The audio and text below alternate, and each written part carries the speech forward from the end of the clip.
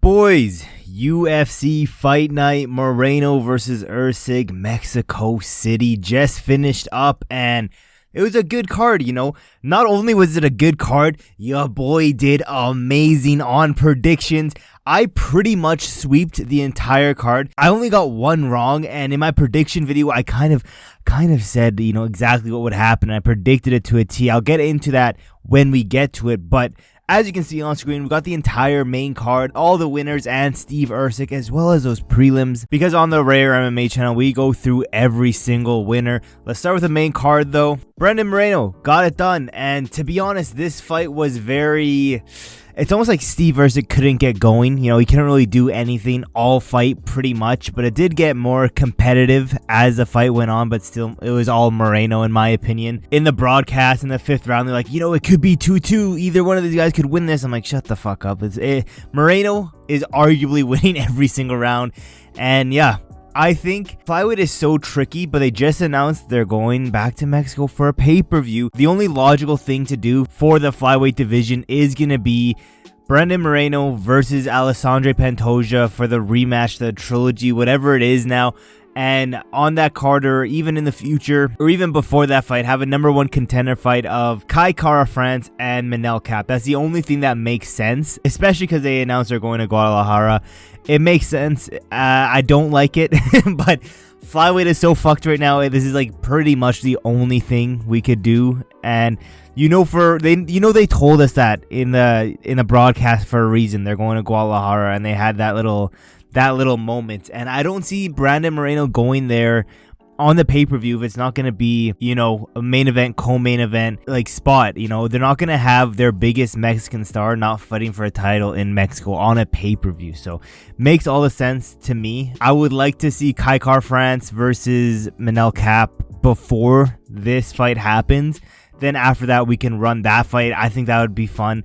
It's hard to pick because the first fight between these two are like razor close, but probably Pantoja gets it done again, and we might see the retirement of Brandon Moreno. But regardless, moving to Steve Erceg. Steve Erceg, like I said, had very little success in this fight.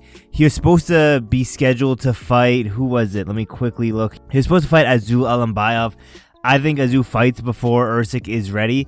I think they give him someone who just got into the rankings not too long ago, a future champion in my opinion, Ramazan Tamirov. I think this would be a fun fight.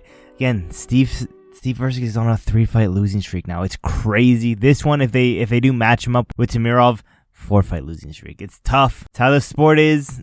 It is what it is. Let's move down. Manuel Torres. I told you guys, Manuel Torres will get it done. I said 2nd round KO. It was a 1st round KO, and I literally said word for word, this is a simple prediction. Manuel Torres isn't black, so he's gonna win, and that's exactly what happened. 1st round KO. It was a super late stoppage with some nasty ground and pound work on Drew Dober. He went in and out of consciousness, and then he didn't know what was going on. He thought the fight just started pretty much, and yeah, sad to see, hard to see, but it is what it is. But yeah, Manuel Torres, what do we do with him next? I say, you know, next knockout victim, Alexander Hernandez. If you guys know, you know, I don't like this dude. I'm pretty much feeding Manuel Torres to him to get another highlight reel knockout. That's what I think would happen, but let's keep moving down. Edgar Chairez got it done. Also predicted this shit pretty much to the T as well. It was kind of it was a super fast fight. I said, you know, it will either be a 29-20 decision or an early KO. It was an early KO. He dropped CJ Vergara bad in the first few minutes. Took him down, got that submission win. I think we give him... It's not like Edgar Chairez is undefeated in the UFC. He has lost before. It's not like... I don't want to give him a huge jump up, a huge boost in the rankings. However, coming off a win over CJ Vergara, I think we give him someone who's right there in the same level of the rankings with him. Jimmy Flick. They haven't fought each other before. I think this would be fun. Winner of this, we can look into a fight that gets, you know, a #1 contender into the ranking type of fight. I think that would be fun. And yeah, let's keep moving down. Our boy Chiwiwi got it done. A little bit lackluster.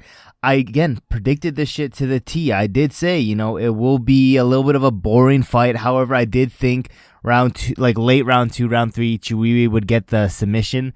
It was good. It was boring round 1, round 2. A little bit of, there were some good scrambles in between. Round 3, there was a big submission threat from Vince Morales, but After that submission threat, he was pretty much gassed until the very end of the fight where he had another submission threat. I think we see how good Chiwiwis is, you know. He's just about there into being into the rankings.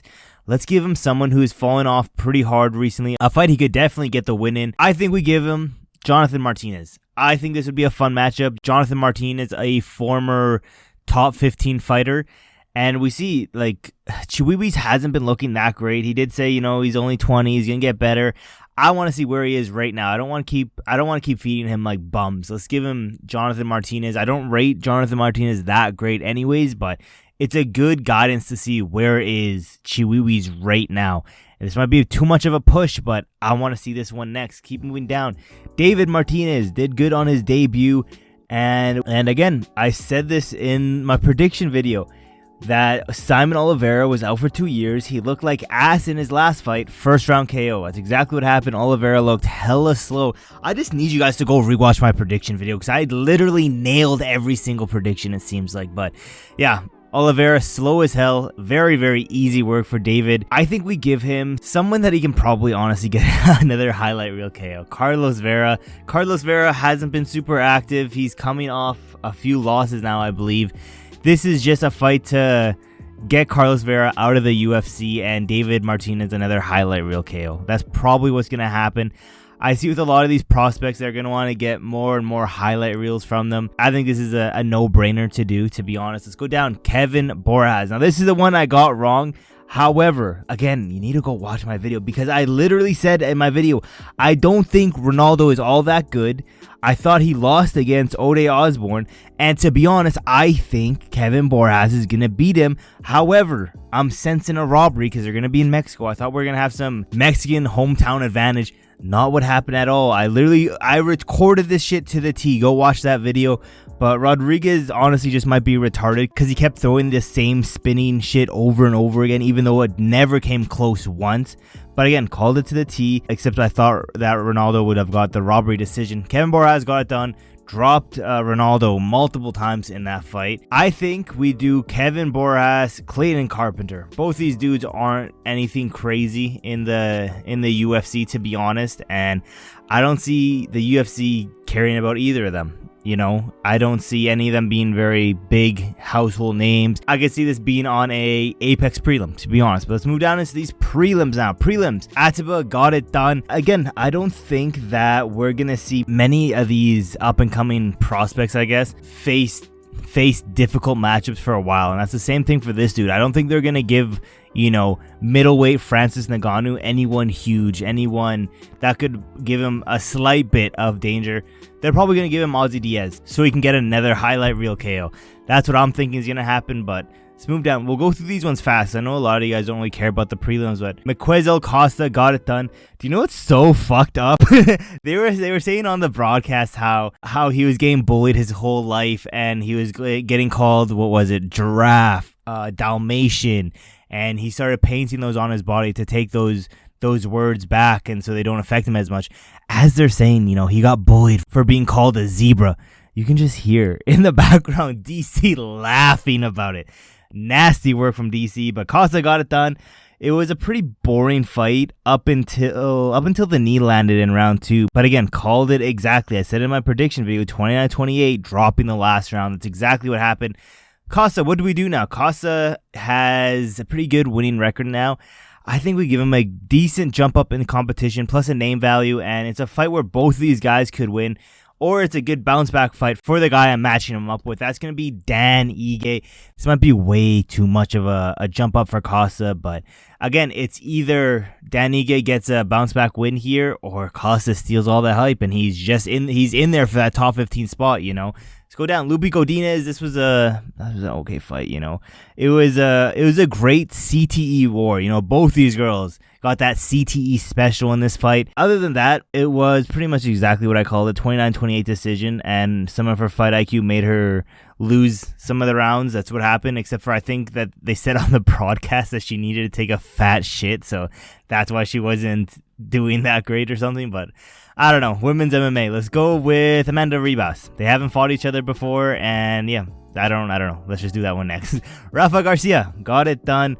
Again, did I predict this one to the T? Not really. I thought it would have been a robbery split decision, but Garcia did good. It was a close round 2, but other than that, round 1 and 3, all Garcia. I thought Vince Pichel would have done a lot better. It is what it is.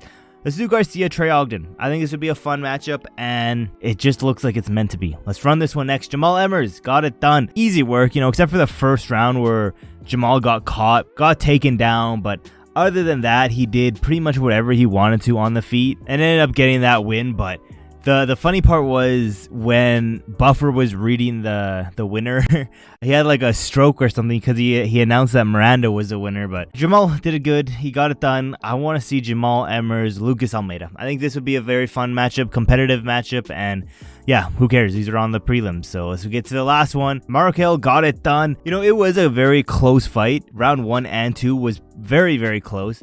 Round 3, I think that he won it just because of the cut on his head. But yeah, close fight. I said 29-28. I'm pretty sure that's what the decision was. I think we do Mahashete next. I think this would be a fun fight. Again, new guys into the UFC. Not like the most hype in the world. Plus the prelims. No one really cares about the prelims. But yeah, that is UFC Fight Night Mexico City. Moreno versus Erceg. Let me know what you think. And let me know what you think about Moreno versus Pantoja for the rematch. Let me know, like, do you want to see that? Me personally, I don't. But I have no idea who else to match this dude up with. Especially if they're trying to take him to UFC. What is this going to be? Noche? Yeah. I don't know who else they would give him, to be honest. Unless it's like a guy far down the rankings. But let me know in the comments below. Thank you guys for watching to the end of the video, and I will see you guys in my next video.